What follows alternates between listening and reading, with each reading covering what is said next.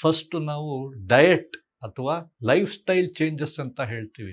ಎಲ್ಲಿ ಆಹಾರದಲ್ಲಿ ಒಂದು ಕಟ್ಟುಪಾಡು, ವ್ಯಾಯಾಮ, ಕೆಲವು ಈ ಲೈಫ್ ಸ್ಟೈಲ್ ಚೇಂಜಸ್ಸಿಂದಾನೇ ಈ ಒಂದು 2 ರೋಗಗಳನ್ನು ಅಂದರೆ ಸಕ್ಕರೆ ಕಾಯಿಲೆ ಮತ್ತು ಬಿ ಪಿನ ತಡೆಗಟ್ಬೋದು. ಯಾರಿಗೆ ಸಕ್ಕರೆ ಕಾಯಿಲೆ ಅಥವಾ ಬಿ ಪಿ ಇದೆಯೋ ಅವರು ಕರೆಕ್ಟಾಗಿ ಮಾತ್ರೆಗಳನ್ನು ತಗೊಂಡು ಚಿಕಿತ್ಸೆ ಪಡೆದು ಡಾಕ್ಟರ್ ಹತ್ರ ಹೋದಾಗ ಅವ್ರಿಗೆ ತೊಂದರೆಗಳು ಬರದೇ ಇರತಕ್ಕಂಥ ಒಂದು ಪ್ರಿವೆನ್ಷನ್ ಅಂತ ಮಾಡ್ಬೋದು.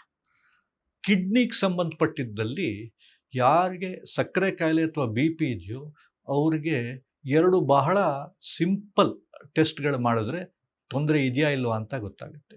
ಯೂರಿನ್ನಲ್ಲಿ ಪ್ರೋಟೀನ್ ಲೆವೆಲ್, ಒಂದಾನಲ್ಲಿ ಪ್ರೋಟೀನ್ ಲೆವೆಲ್ ಲೀಕಿಂಗ್ ಇದೆಯಾ ಇಲ್ವಾ, ಮತ್ತು ರಕ್ತದಲ್ಲಿ ಸೀರಮ್ ಕ್ರಿಯಾಟಿನಿನ್ ಲೆವೆಲ್ ಅಂತ 2 ಟೆಸ್ಟ್ ಮಾಡಿದ್ರೆ ವರ್ಷಕ್ಕೊಂದ್ಸತಿ, ಅದು ಯಾರಿಗೆ ಶುಗರ್ ಅಥವಾ ಬಿ ಪಿ ಕಾಯಿಲೆ ಇದೆಯೋ ಇಂಥವ್ರಿಗೆ ವರ್ಷಕ್ಕೊಂದ್ಸತಿ ಈ ಟೆಸ್ಟ್ ಮಾಡಿದ್ರೆ ಸುಮಾರು ಈ 2 ಟೆಸ್ಟ್ ಸೇರಿ ಸುಮಾರು ಒಂದು 250-300 ರೂಪಾಯಿ ಖರ್ಚಾಗುತ್ತೆ ನಿಮಗೆ.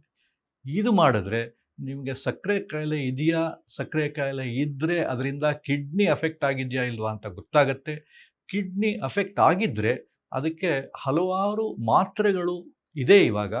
ಎಲ್ಲಿ ಈ ಮಾತ್ರೆಗಳು ತಗೊಂಡ್ರೆ ಈ ಕಿಡ್ನಿ ತೊಂದರೆ ಬಂದಲ್ಲಿ ಅದನ್ನು ನಾವು ಕಮ್ಮಿ ಮಾಡಿ ತಡೆಗಟ್ಟಿ ಕ್ಯೂರ್ ಮಾಡ್ಬೋದು.